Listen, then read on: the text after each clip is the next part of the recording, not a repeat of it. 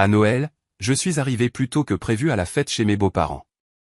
J'ai été choqué quand j'ai entendu mon mari dire « Jessica est enceinte, je vais bientôt être père », je suis parti discrètement. 3 semaines plus tard, tout le monde a pâli quand ils ont vu. Je m'appelle Ava Sterling, j'ai 28 ans, et j'ai construit la clinique vétérinaire Ponat à Détroit, non pas pour le profit, mais pour sauver les animaux en souffrance, réalisant ainsi le dernier vœu de ma mère. Cette veille de Noël, j'ai quitté la clinique plus tôt que d'habitude, conduisant mon SUV dans les rues calmes. J'étais enceinte de 8 mois, mon ventre déjà énorme. Pourtant, j'ai quand même monté prudemment les marches du Porsche, impatiente de surprendre mon mari et sa famille avant la fête de Noël dans la maison du jardin, la maison même que je leur avais laissé occuper. Tout le monde pensait que je vivais la vie parfaite. 28 ans, sur le point de devenir mère, un travail que j'aimais, et surtout, entouré d'une belle famille bienveillante. Mais au moment où ma main a touché la poignée de la porte arrière, toute cette illusion s'est brisée. La porte n'était même pas à moitié ouverte quand j'ai entendu Jackson, mon mari, crier dans le salon brillamment éclairé rempli de confettis, « Jessica, mon amour, c'est un garçon ». Toute la famille a applaudi si fort que les lumières de Noël ont tremblé. Je suis resté là, à seulement quelques pas, mes mains berçant instinctivement mon ventre, mon cœur se serrant encore et encore. Personne ne savait que j'étais rentré. Personne n'a même pensé à me le cacher. Avant que je puisse reprendre mon souffle, la mère de Jackson, Carol, a demandé avec excitation, « Quand est-ce qu'Ava signe la procuration ?» Jackson a répondu sans la moindre hésitation. « Ce soir. » J'ai déjà glissé un somnifère dans son eau. C'est sans danger pour le bébé. Ça la rend juste fatiguée. Assez endormie pour signer le formulaire de déduction fiscale. C'est en fait une procuration complète. Mes mains tremblaient si fort que j'ai dû m'appuyer contre le mur. Ce n'était pas seulement de la trahison. Il voulait mes biens, mon droit de prendre des décisions sur ma vie. Même les droits sur l'enfant qui donnait de légers coups de pied en moi, comme pour m'avertir de partir immédiatement. J'ai reculé, puis j'ai fait un autre pas, lent et silencieux. J'ai fermé la porte derrière moi. L'air glacial de Détroit m'a giflé le visage comme un réveil brutal. J'ai roulé dans la neige épaisse, les larmes coulant, une main posée sur mon ventre comme pour apaiser mon bébé. Je nous sors d'ici ce soir. La neige recouvrait le pare-brise et à travers les essuie-glaces implacables, j'ai eu un étrange moment de lucidité. J'avais besoin d'une histoire de couverture pour que Jackson ne se doute de rien. Je me suis garé, j'ai essuyé mes larmes et je lui ai envoyé un texto. Cas d'urgence. Un chiot de 5 mois s'est empoisonné en léchant du dégivrant. Je dois le surveiller à la clinique. Je serai à la maison demain. Le message disait « Envoyé ». Si propre, si simple, personne n'imaginerait jamais la vérité derrière. Alors que la voiture roulait, des souvenirs de mon enfance sont revenus comme une vieille bobine de film. J'ai grandi à Indian Village dans une famille ultra riche. Mon père était un grand entrepreneur avec des projets urbains et de gratte-ciel répartis dans le Nord. Ma mère était directrice financière, gérant ses flux de trésorerie. Les parents de Jackson avaient autrefois été des amis proches des miens. Ils ont fait faillite lors du krach des appels de marge en 2009 sur les actions et l'immobilier de vacances et ont dû retourner dans le Mississippi pour vivre chez des parents. Quand j'avais 15 ans, mes parents sont morts dans un accident de grue sur un chantier de construction à Warren. Je n'avais plus de larmes. 2 semaines plus tard, la famille de Jackson est réapparue à Détroit, louant la maison juste en face de la nôtre, apportant de la nourriture quotidiennement, disant qu'ils s'occuperaient de moi comme de leur propre enfant. Jackson a été transféré dans mon lycée et m'a toujours protégé des brutes qui s'en prenaient à l'orpheline. Je les ai crus. Je les ai crus assez pour les laisser entrer pleinement dans ma vie. À 18 ans, j'ai tout hérité. Une grande maison de style Tudor, 2 pentouzes, une maison de jardin, que j'ai plus tard laissée à la famille de Jackson quand ils ont prétendu qu'ils allaient retourner dans le Mississippi, 2 maisons de banlieue et un énorme fonds en fiducie. J'ai étudié la médecine vétérinaire à l'université Wayne State. Jackson a poursuivi des études en gestion d'entreprise. Nous sommes tombés amoureux quand j'avais 19 ans et nous nous sommes mariés 4 ans plus tard, juste après mon diplôme, 6 mois après notre mariage. Jackson m'a convaincu de le laisser gérer toutes les propriétés. Concentre-toi sur le sauvetage des animaux. Laisse-moi m'occuper de l'argent. J'ai accepté et j'ai confié avec confiance la gestion à l'homme avec une moyenne de 4.0, mais j'ai insisté pour que tous les revenus locatifs aillent directement à la fondation du refuge pour animaux de Détroit, comme ma mère l'avait souhaité. Maintenant, en cette veille de Noël glacial, j'ai réalisé que toutes ces années de gentillesse auraient pu faire partie d'une longue escroquerie. Et j'ai compris une chose. À partir du moment où je me suis éloigné discrètement de cette maison de jardin, ma vie et celle de mon enfant à naître ne seraient plus jamais les mêmes. Mais avant que tout ne s'effondre, je les ferai affronter la vérité. Le lendemain matin, alors que la neige de Noël recouvrait encore l'extérieur du Renaissance Center, je suis sorti de la voiture avec des jambes lourdes comme du plomb. L'enseigne, Harrison & Associates, droit de la famille, se reflétait faiblement sur le verre teinté de vert. Et je me suis soudain souvenu de quelque chose que mes parents me disaient quand j'étais petite. Si jamais tu as des problèmes juridiques, va d'abord voir Harrison. C'est celui en qui nous avons une confiance totale. À l'époque, j'étais trop jeune pour comprendre. Mais maintenant, enceinte de 8 mois et le cœur brisé, j'ai enfin saisi tout le poids de ces mots.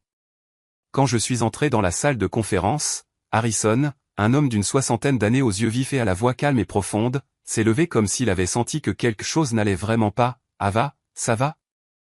Je me suis assise, une main sur mon ventre, et j'ai pris une profonde inspiration. Non. Et je pense que ce que je vais vous dire est pire que ce à quoi vous vous attendez. J'ai raconté chaque détail de la nuit de Noël. Les acclamations quand Jessica a été annoncée enceinte d'un garçon.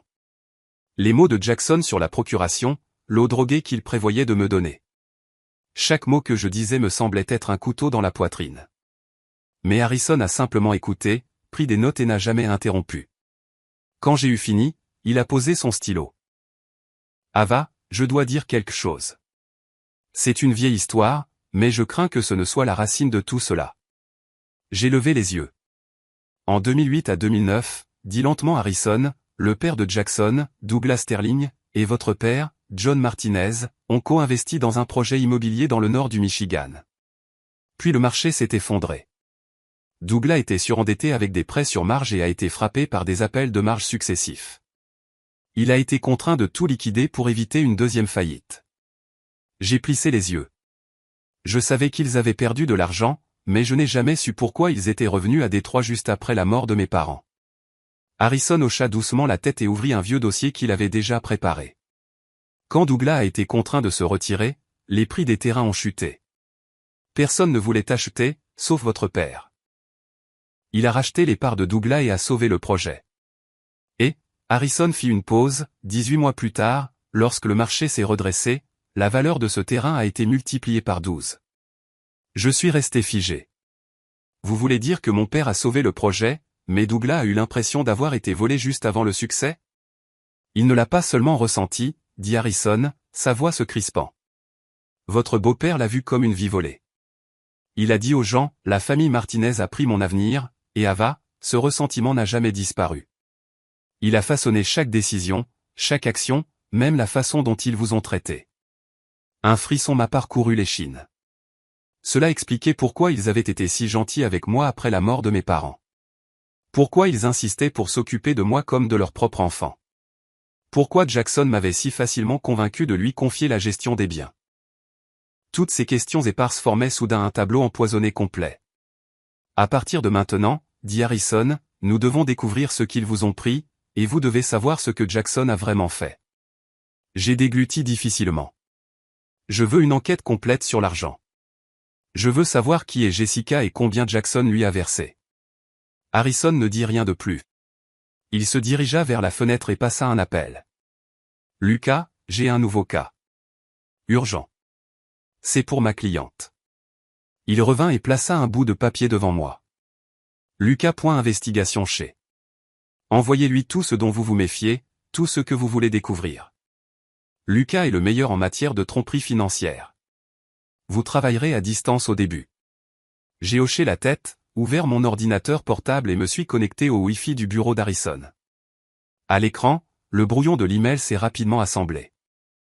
Transfert suspect, mouvement de Jackson, Jessica. Propriété non comptabilisée et paiements étranges que je n'avais jamais vus sur notre compte joint. En quelques minutes, Lucas a répondu. L'email était court et professionnel. Reçu. Je commencerai cet après-midi. Attendez le premier rapport dans 72 heures. J'ai fixé ces mots. Il n'y avait pas de détective aux yeux froids entrant dans la pièce. Pas de réunion tendue en costume.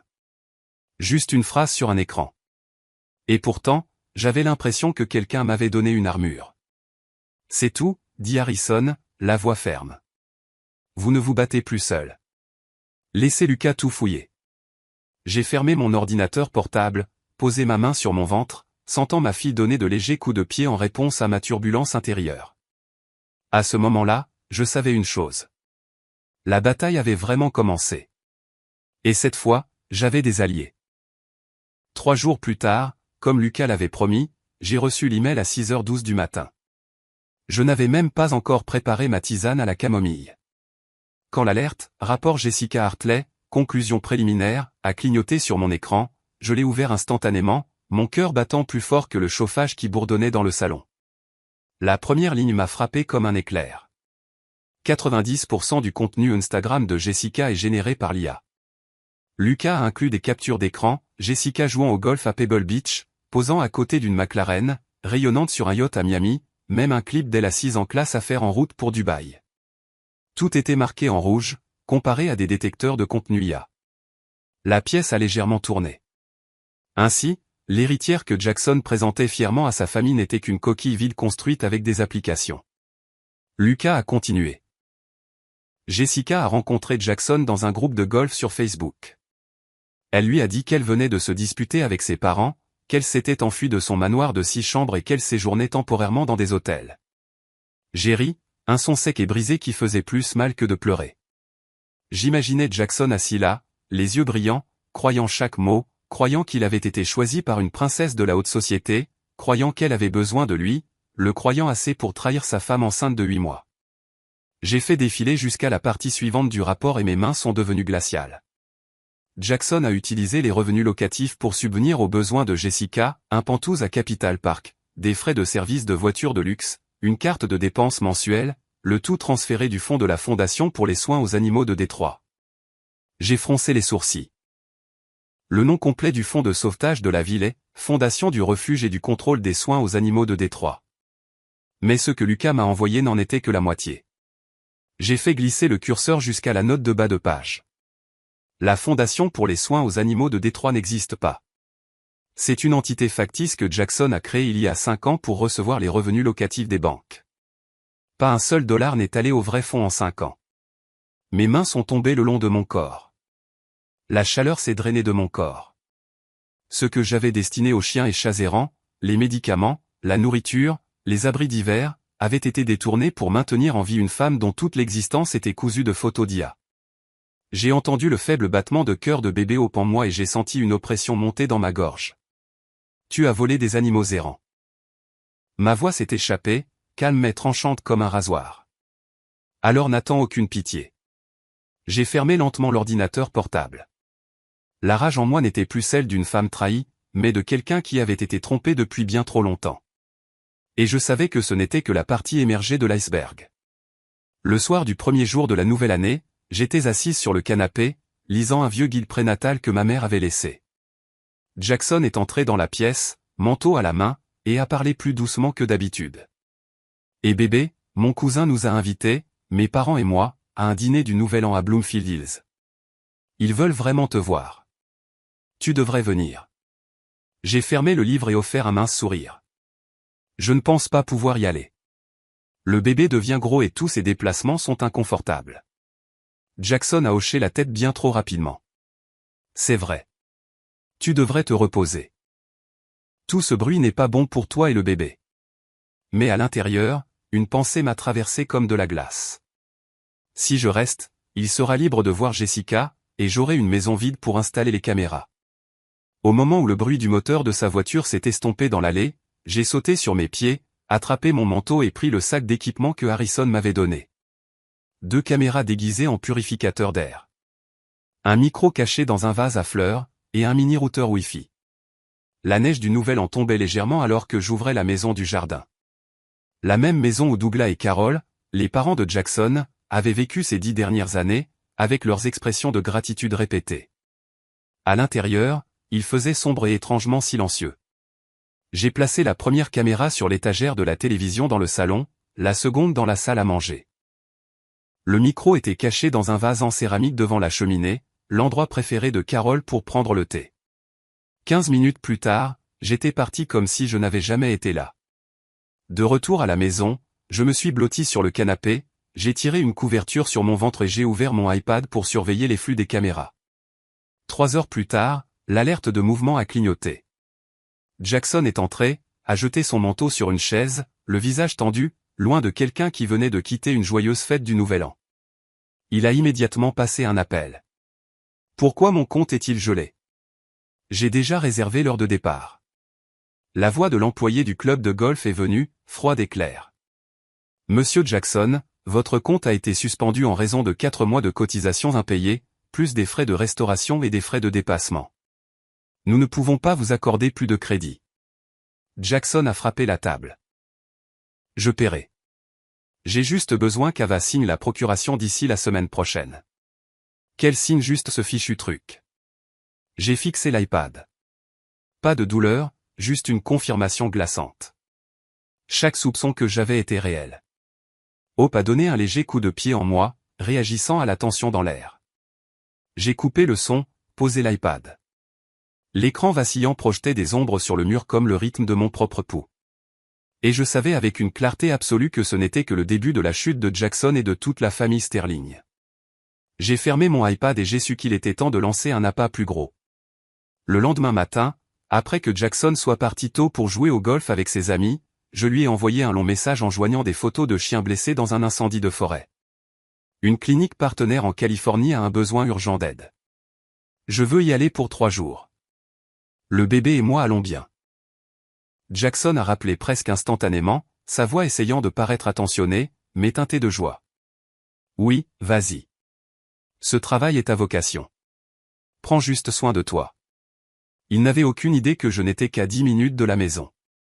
Ma vraie destination, le Westin Book Cadillac, Détroit, chambre 1709. À peine 2 heures plus tard, j'ai reçu une alerte, mouvement détecté. J'ai ouvert l'ordinateur portable. Jackson était entré dans la maison de ses parents, Douglas et Carol, celle qu'ils avaient traitée comme la leur pendant une décennie. Carol s'est approchée immédiatement, sa voix aussi vive que jamais. Qu'est-ce qui ne va pas avec toi, Jackson? Pourquoi n'as-tu pas encore obtenu la procuration? Douglas a frappé la table, sa voix comme de la pierre. Ça fait 10 ans. Vas-tu tout laisser nous filer entre les doigts? Tu as déjà trop dépensé.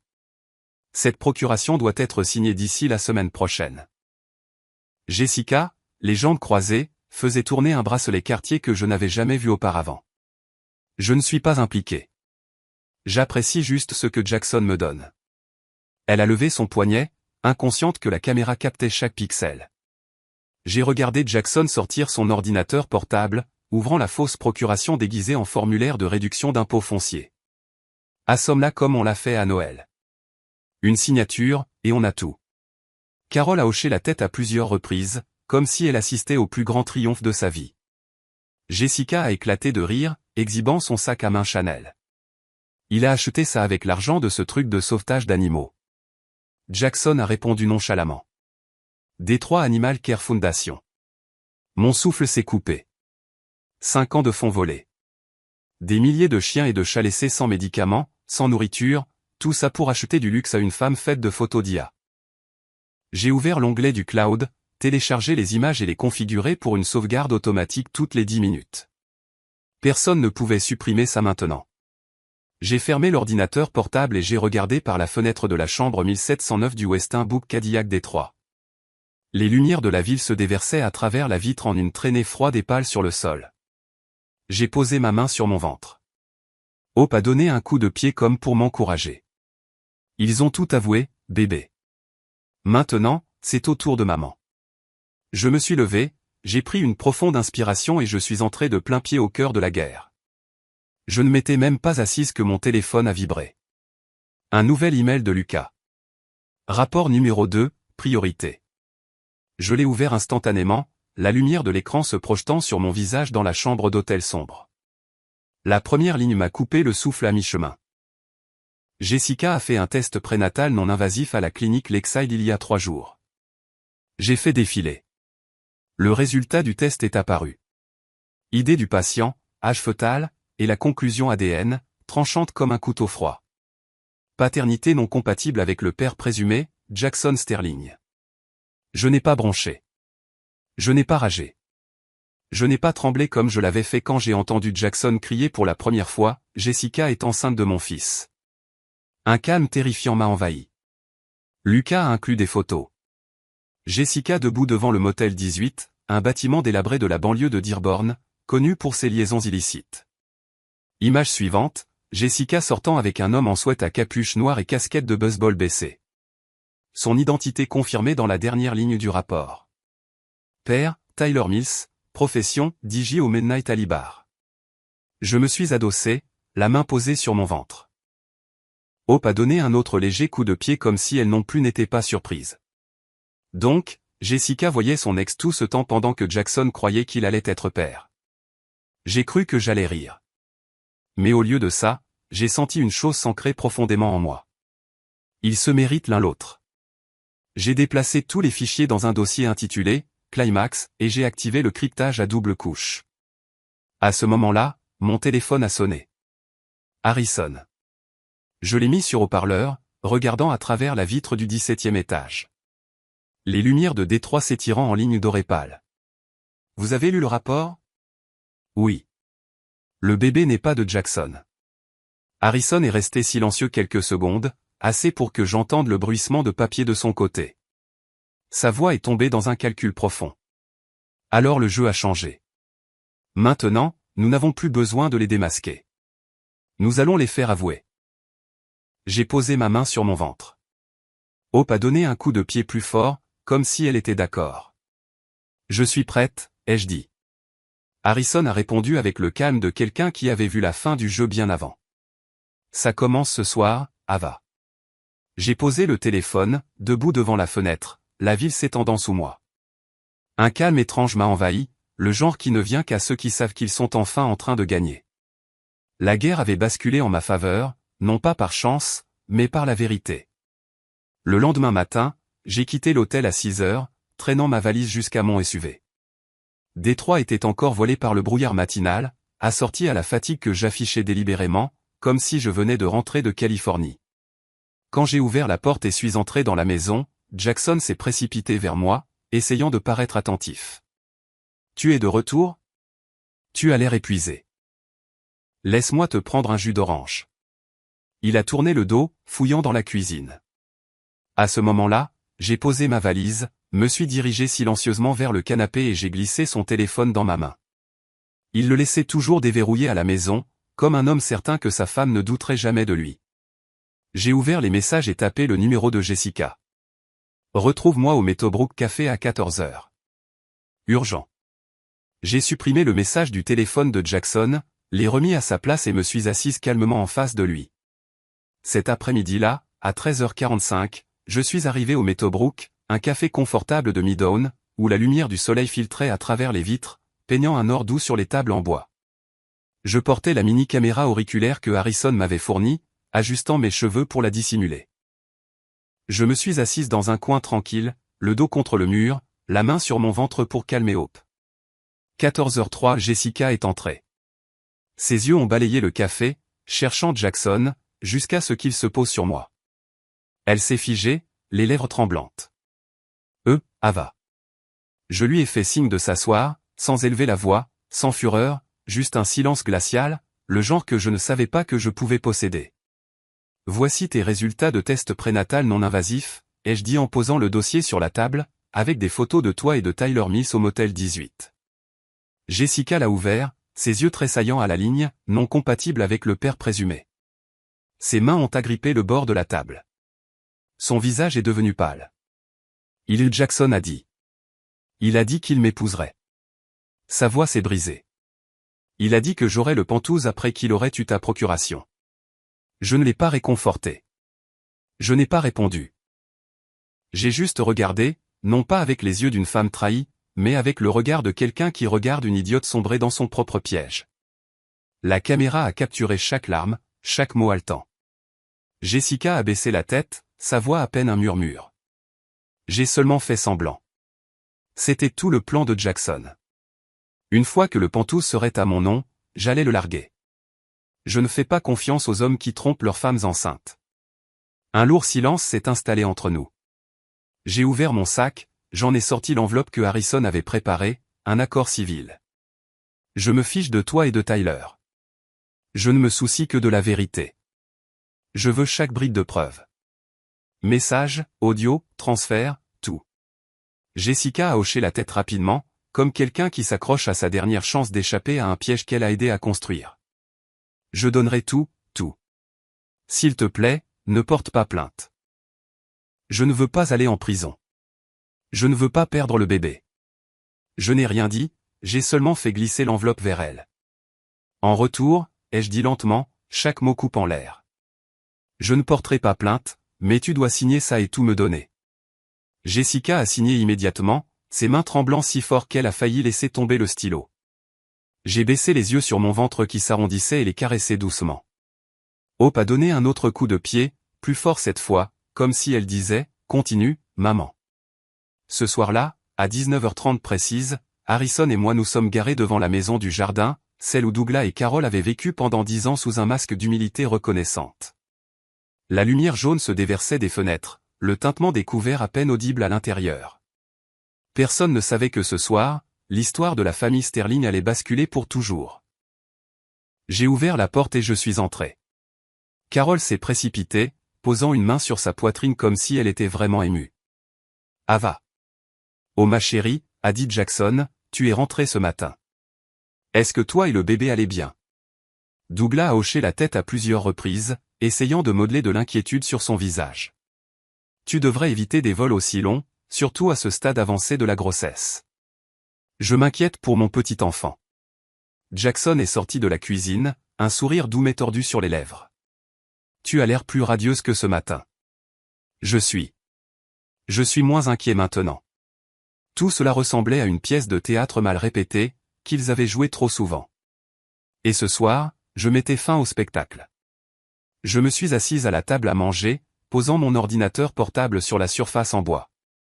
Le cliquetis a résonné, et tous les trois se sont figés. Harrison est entré derrière moi, s'est assis à mes côtés et a posé un épais dossier sur la table, un verdict préécrit. Carol a froncé les sourcils, la voix tremblante.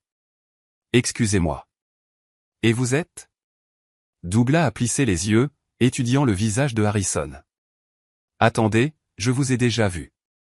Il y a longtemps, quand je travaillais sur des projets avec ses parents. » Jackson a reculé, perdant presque l'équilibre.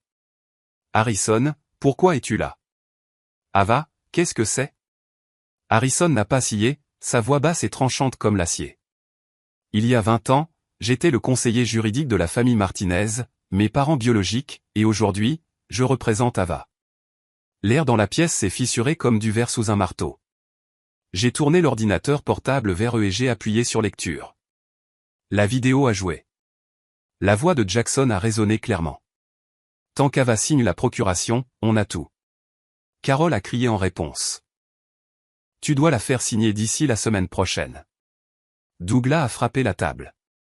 10 ans. On ne peut pas tout perdre maintenant. Jessica a exhibé un sac à main Chanel.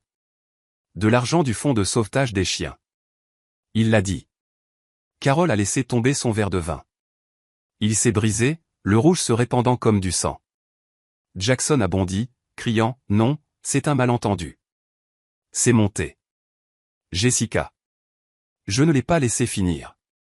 J'ai fait glisser la deuxième enveloppe sur la table. Ma voix si calme qu'elle a fait frissonner Carol. Et ça ? Tu ne peux pas le nier. Harrison l'a ouverte, révélant une épaisse pile de relevés.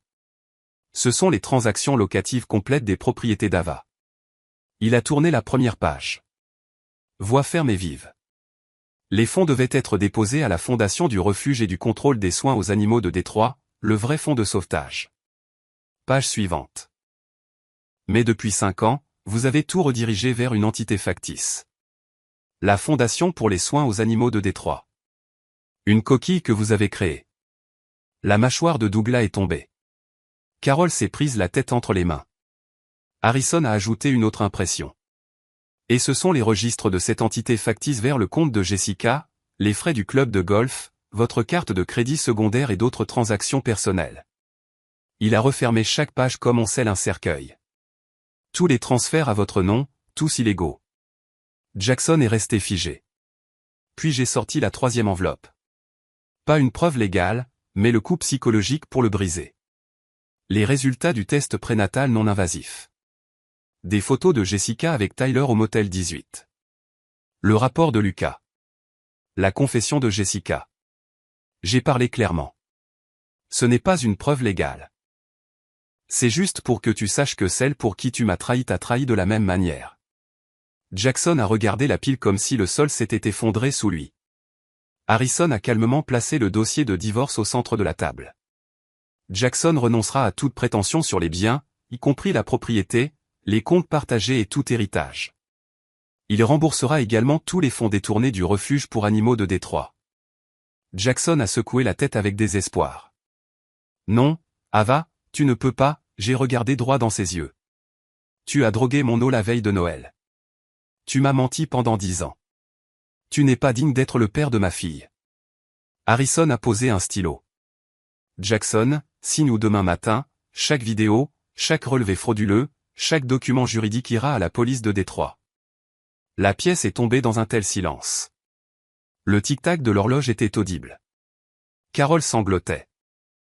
Douglas regardait le sol comme s'il allait l'avaler. Jackson tremblait, puis a attrapé le stylo. Il a signé chaque trait, déchirant une illusion de 10 ans. Je me suis levé, j'ai refermé le dossier. Merci, ai-je dit froidement, d'avoir tout terminé toi-même. Je me suis détourné. Hope a donné un coup de pied, comme un dernier adieu au passé. Je me suis dirigé vers la porte, mais avant que je puisse atteindre la poignée, Douglas a bondi, la voix rauque de panique. Ava, attends. Il y a quelque chose que je dois expliquer. Je suis resté immobile, sans me retourner. Carole a attrapé sa manche. Ne le dis pas. Ne le fais pas, mais il s'est quand même avancé. Les mains de Douglas tremblaient alors qu'il sortait un vieux trousseau de clés d'un tiroir, les tapotant légèrement sur la table.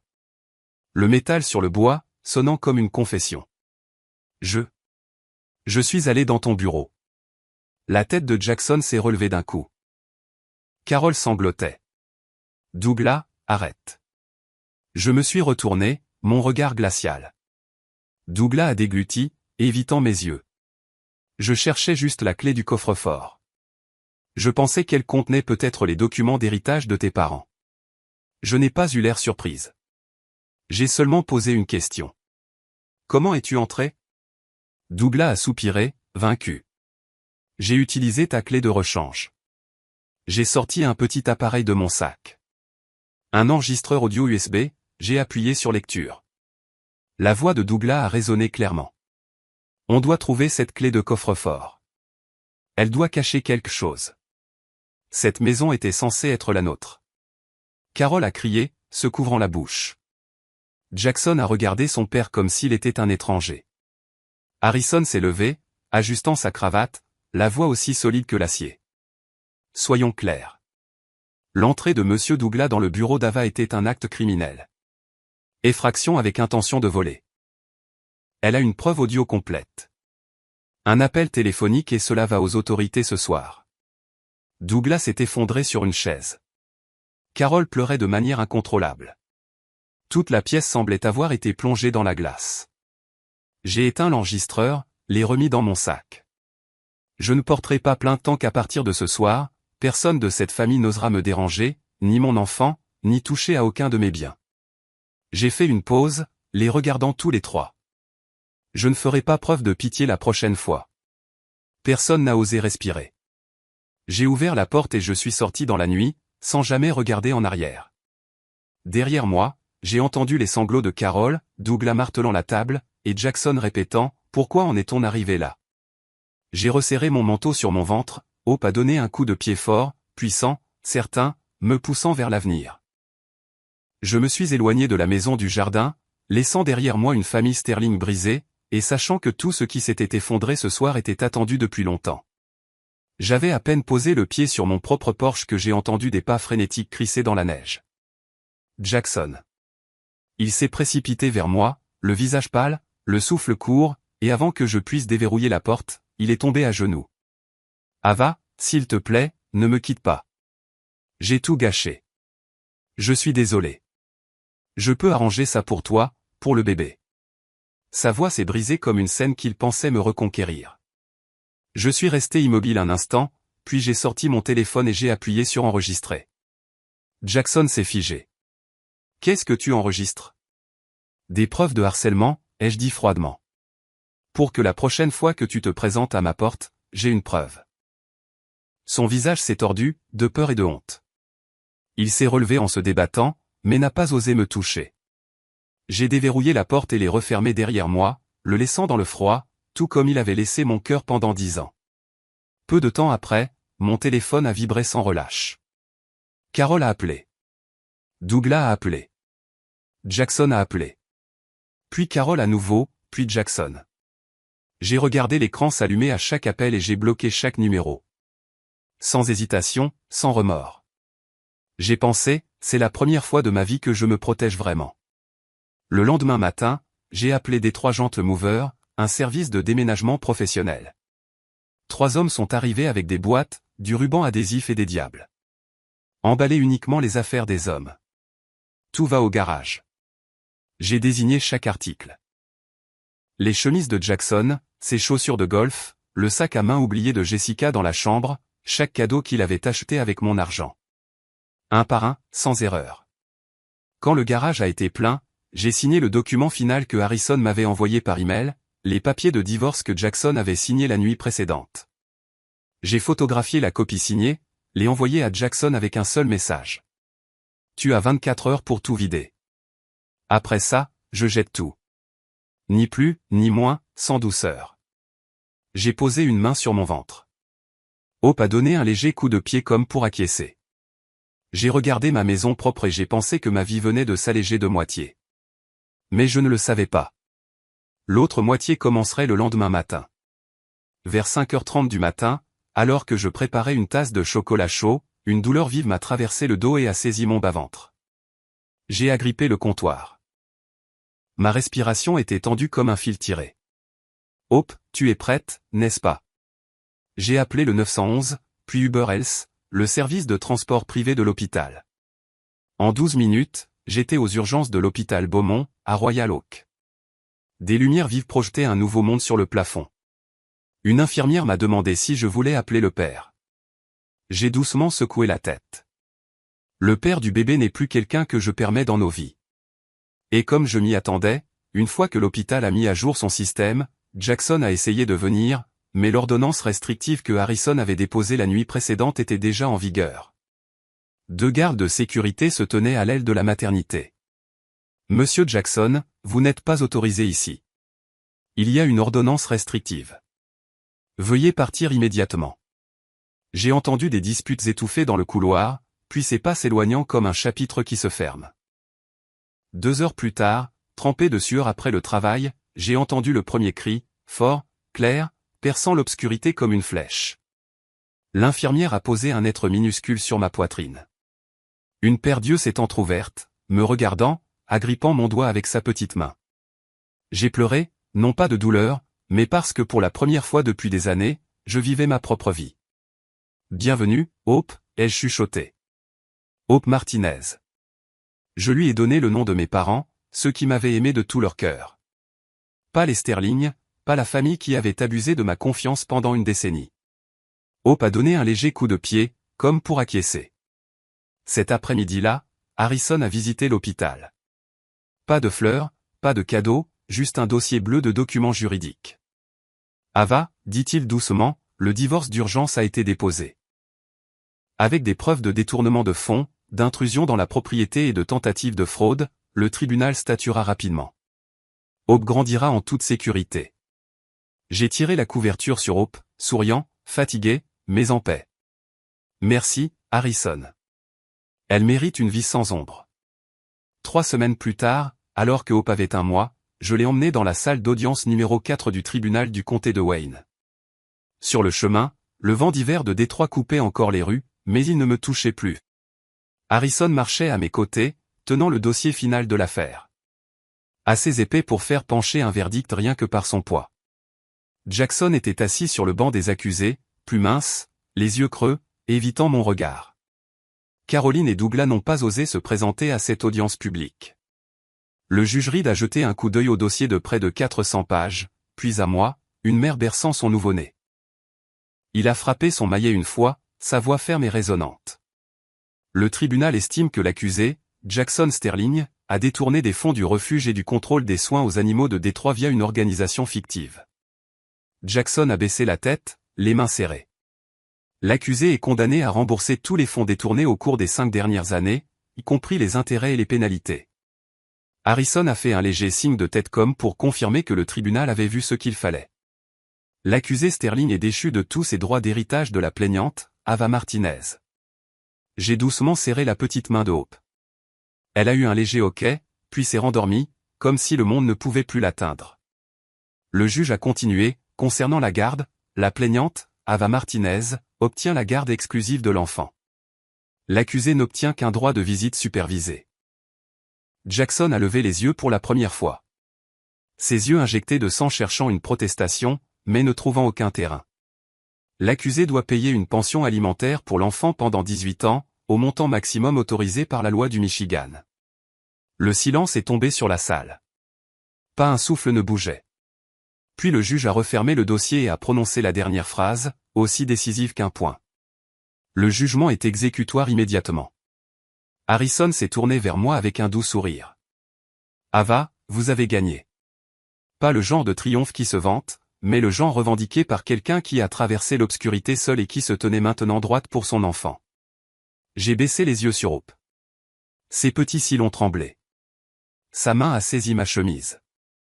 J'ai chuchoté. J'ai tenu ma promesse. Tout sera en sécurité pour toi à partir d'aujourd'hui. Par les fenêtres du palais de justice, la neige tombait doucement. Mais en moi, l'hiver était terminé. Je suis sorti du tribunal, tenant Hope enveloppée dans une douce laine. Harrison s'est dirigé vers le parking, me laissant un rare moment de calme. De l'autre côté, Jackson se tenait seul. Pas d'avocat, pas de famille, juste 2 mains vides tremblant dans le froid. Il a ouvert la bouche comme s'il voulait dire quelque chose, mais s'est arrêté quand il a vu Hope blottie dans mes bras. Je ne me suis pas arrêté. Je n'ai pas regardé en arrière. Plus aucun mot n'était nécessaire. 3 semaines plus tard, Détroit a plongé dans un grand froid. Dans un email de Harrison, une note disait « Mise à jour ordonnée par le tribunal ». Situation actuelle de l'accusé Sterling. J'ai ouvert la pièce jointe. Jackson vivait maintenant dans un appartement délabré de Brightmoor, à l'ouest de Détroit. Le genre d'endroit que les habitants appellent « là où l'hiver vous mord les os ». Une pièce d'accent grave peine 40 mètres carrés, des murs tachés de moisissures, un plancher en bois déformé, un vieux radiateur qui sifflait à peine assez de chaleur pour des mains froides. Il dormait sur un lit pliant à $40 acheté sur Facebook Marketplace. Le réfrigérateur ne contenait que des sandwichs à prix réduit et du lait bon marché. Et sur le pied de la table de la cuisine, je l'ai vu clairement. Le sac à main de créateur de Jessica, acheté avec des fonds volés. Une relique de l'effondrement. Le nouveau travail de Jackson n'était pas mieux. Mis sur liste noire pour détournement de fonds et fraude. Aucune entreprise respectable ne l'embaucherait. Finalement, il a pris un poste de nuit au Tim Hortons près de 8 miles, uniforme délavé, casquette cachant ses cheveux en désordre. Il versait du café aux clients, les mains tremblant à cause du radiateur cassé. Un habitué a plaisanté, je t'ai vu sur Fox News la semaine dernière. Maintenant tu me sers mon café. Jackson a fait un sourire tordu, comme un homme essayant d'avaler le dernier de sa fierté. Et Jessica? Harrison a envoyé un court texto. Jessica a quitté Détroit. Aucune trace, aucun contact avec Jackson. Elle a disparu comme le font toujours les gens comme elle. Construite sur un faux glamour, disparaissant comme de la brume quand il n'y a plus personne à qui s'accrocher. Pendant ce temps, ma vie allait dans la direction opposée. Powendat a reçu une subvention de recouvrement complète des fonds détournés, restitués par ordonnance du tribunal au fond de la ville légitime.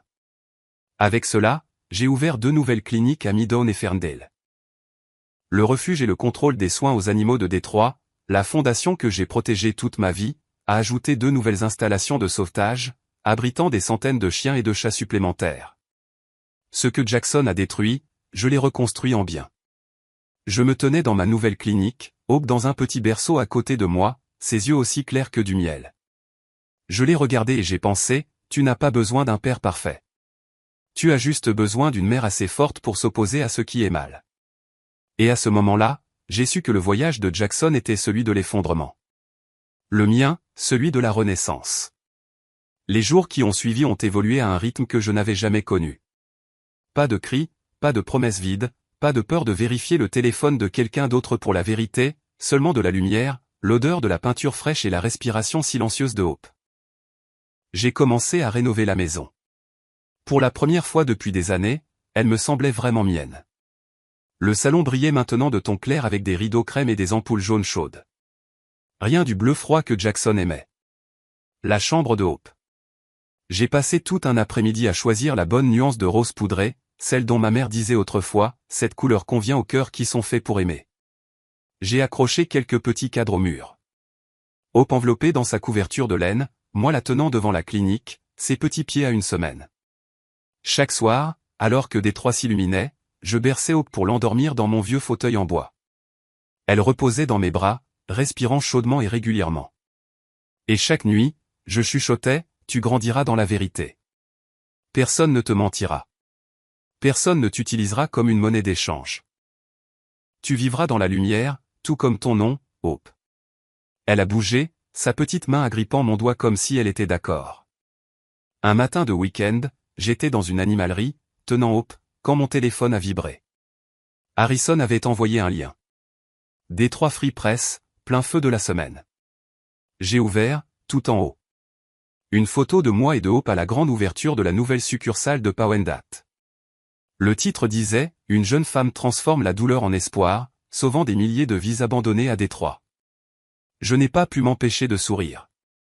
Pas un sourire fier, mais celui de quelqu'un enfin vu sous un jour plus clément, pas à travers le prisme de sa belle famille. Dans les 48 heures suivant l'article, les dons ont grimpé en flèche. Des mères ont apporté les vieux vêtements de leurs enfants au refuge. Des entreprises locales ont offert leur soutien. Des gens ont envoyé des emails de remerciements pour avoir sauvé des animaux errants pendant l'hiver. J'ai tenu Hope devant le tableau des dons, le montant augmentant d'heure en heure, et j'ai senti ma poitrine se soulever comme si elle n'avait jamais contenu de douleur. Tu vois ça, Hope? Le monde a encore de bonnes personnes, et je veux que tu grandisses en étant reconnaissante pour ça. Sous la lumière néon de notre nouvelle clinique, Hope dormait paisiblement, et pour la première fois depuis des années, j'ai su que nos vies avaient tourné la page pour de bon. 3 ans plus tard, début du printemps dans le Michigan, l'air doux, le soleil doré comme du miel fondu. Je tenais Hope, maintenant âgée de 3 ans, avec des boucles douces et des yeux noisettes, alors que nous entrions dans le jardin de tulipes que j'avais planté derrière notre maison. Des rangées de fleurs s'étendaient en vagues, rouges, jaunes, violettes, se balançant doucement dans la brise. Hope s'est tortillée hors de mes bras, riant. Maman, je veux courir. Je l'ai posée sur l'herbe douce. La lumière du soleil a attrapé ses cheveux, transformant chaque mèche en fil lumineux. Le vent de printemps chuchotait à travers les tulipes comme s'il félicitait quelqu'un qui avait échappé à une vie passée. J'ai allumé ma caméra, pas pour les réseaux sociaux, pas pour que quelqu'un regarde, juste pour capturer un moment que je pensais ne jamais atteindre. J'ai regardé droit dans l'objectif. Pas de tremblement, pas de peur, pas de tristesse. J'ai peut-être perdu un mari, perdu une fausse famille, mais je ne me suis jamais perdu, et je ne perdrai jamais ma fille. Hope a couru, a attrapé ma main, tirant. Maman, cours avec moi. J'ai ri d'un vrai rire, léger, large et sans ombre. Nous avons couru à travers les tulipes, les pétales effleurant nos jambes, le vent dans nos cheveux, le rire de Hope résonnant dans l'après-midi clair. Personne ne nous poursuivait, personne ne nous contrôlait, personne ne mentait. Juste nous deux, petites mais totalement libres. J'ai tourné la caméra vers le ciel. La lumière du soleil se déversait, dorant les 2 ombres qui couraient dans le jardin. Si l'histoire d'Ava et de Hope vous a touché, si elle vous a rappelé que vous n'êtes pas seul à reconquérir votre valeur, j'espère que vous laisserez un j'aime, que vous vous abonnerez et que vous activerez les notifications. Je partagerai d'autres histoires, plus profondes, plus vraies, plus proches du cœur.